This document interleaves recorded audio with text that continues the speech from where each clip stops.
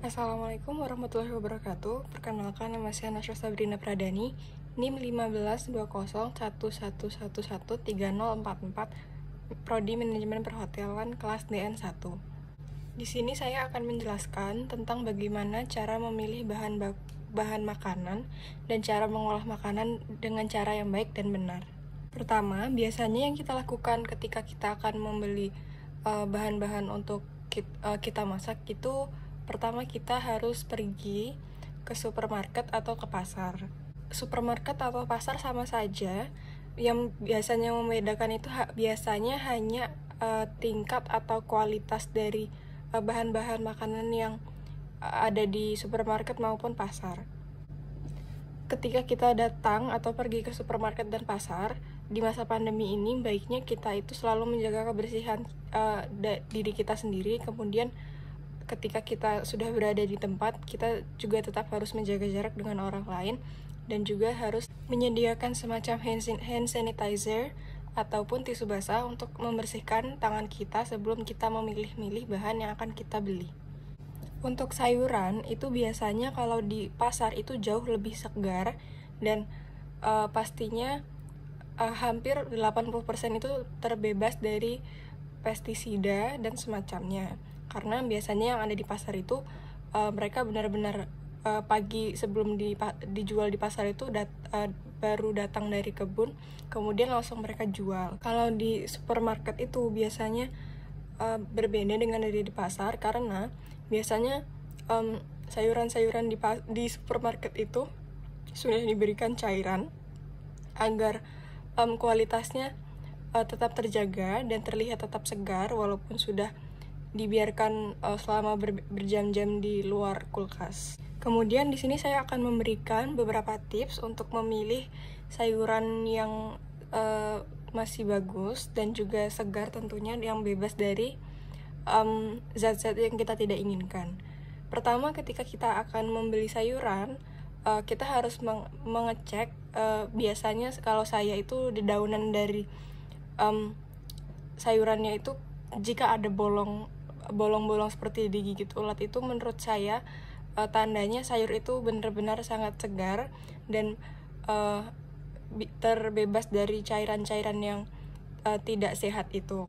Kemudian juga dari warna, biasanya kalau warna sayuran yang sudah agak pucat atau sudah coklat-coklat seperti itu tuh biasanya menandakan bahwa sayurannya itu tidak baik dan sudah tidak segar dan tidak layak untuk dikonsumsi.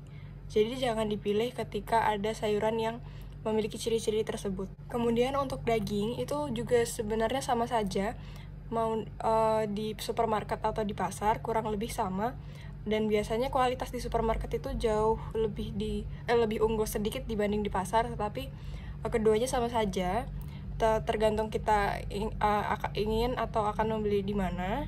Dan ada ciri-ciri daging yang masih segar dan bagus dan layak untuk dikonsumsi. Contohnya itu seperti misal daging sapi yang baik itu dia masih berwarna merah, tidak berair, dan warnanya itu tidak ada yang hitam-hitam atau warna kegelapan. Jika daging yang kita temui itu ada tanda-tanda seperti yang sudah saya sebutkan tadi, lebih baik jangan dipilih, karena itu takutnya akan mengganggu kesehatan kita, karena mungkin memang dagingnya sudah tidak layak untuk dikonsumsi dan memiliki banyak sekali bakteri. Jadi lebih baik tidak dipilih dan lebih baik memilih daging yang lain. Kemudian ketika kita sudah kembali dari supermarket atau pasar, hal yang harus kita lakukan itu pertama adalah membersihkan barang-barang atau bahan-bahan yang tadi kita sudah beli dan pilih agar semuanya steril, karena di masa pandemi ini kita tidak menginginkan hal-hal yang buruk terjadi kepada kita. Jadi kita harus selalu tetap menjaga kebersihan dari bahan-bahan makanan yang kita beli dan pilih juga. Kalau untuk sayur, biasanya cukup disemprotkan saja dengan sedikit air. Kemudian jika sudah disemprot semua, sekiranya sudah bersih, bisa kalau saya biasanya saya letakkan di dalam seperti serbet atau kain agar ketahanan dari si sayur ini lama dan tidak mudah layu. Kemudian untuk daging itu biasanya ketika sudah kita beli dari pasar atau supermarket, lebih baik setelah dibersihkan itu langsung kita masukkan ke kulkas atau freezer. Jika daging yang kita beli itu tidak akan kita langsung masak. Kemudian untuk cara mengolahnya itu juga kita memiliki beberapa hal yang harus kita perhatikan. Contohnya seperti ketika kita akan memasak sayuran.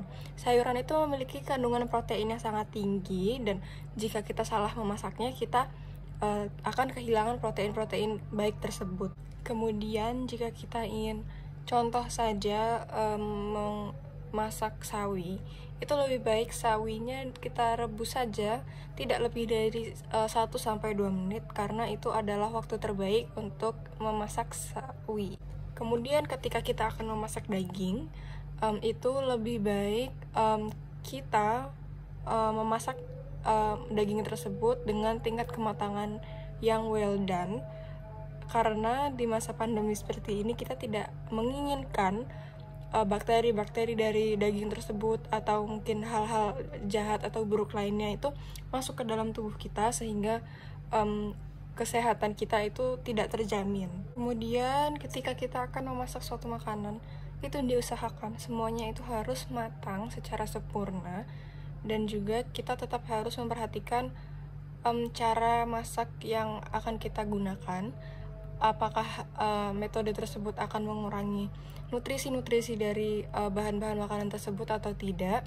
Jika iya, mungkin kita bisa mencari alternatif lain untuk bisa saja mungkin untuk mempercepat proses masakan atau mungkin lainnya. Kemudian untuk plating atau penyajian itu biasanya sebelum kita menyajikannya, kita sudah menyiapkan piring atau bahkan mangkok untuk makanan yang sudah kita masak.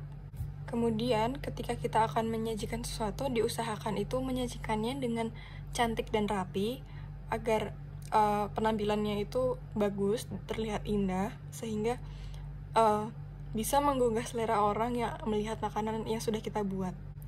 Kemudian kebersihan dari si plating sendiri itu juga harus bersih dan rapi. Jangan sampai ada sedikit mungkin kuah atau bumbu yang melekat atau menempel di pinggir-pinggir piring atau mangkok, karena itu tidak akan memperindah makanan yang sudah kita buat, dan hasilnya tidak akan terlihat bagus dan akan terlihat sangat jelek ketika dilihat ketika hal itu terjadi. Mungkin itu sekian dari saya, kurang lebihnya saya mohon maaf. Wassalamualaikum warahmatullahi wabarakatuh.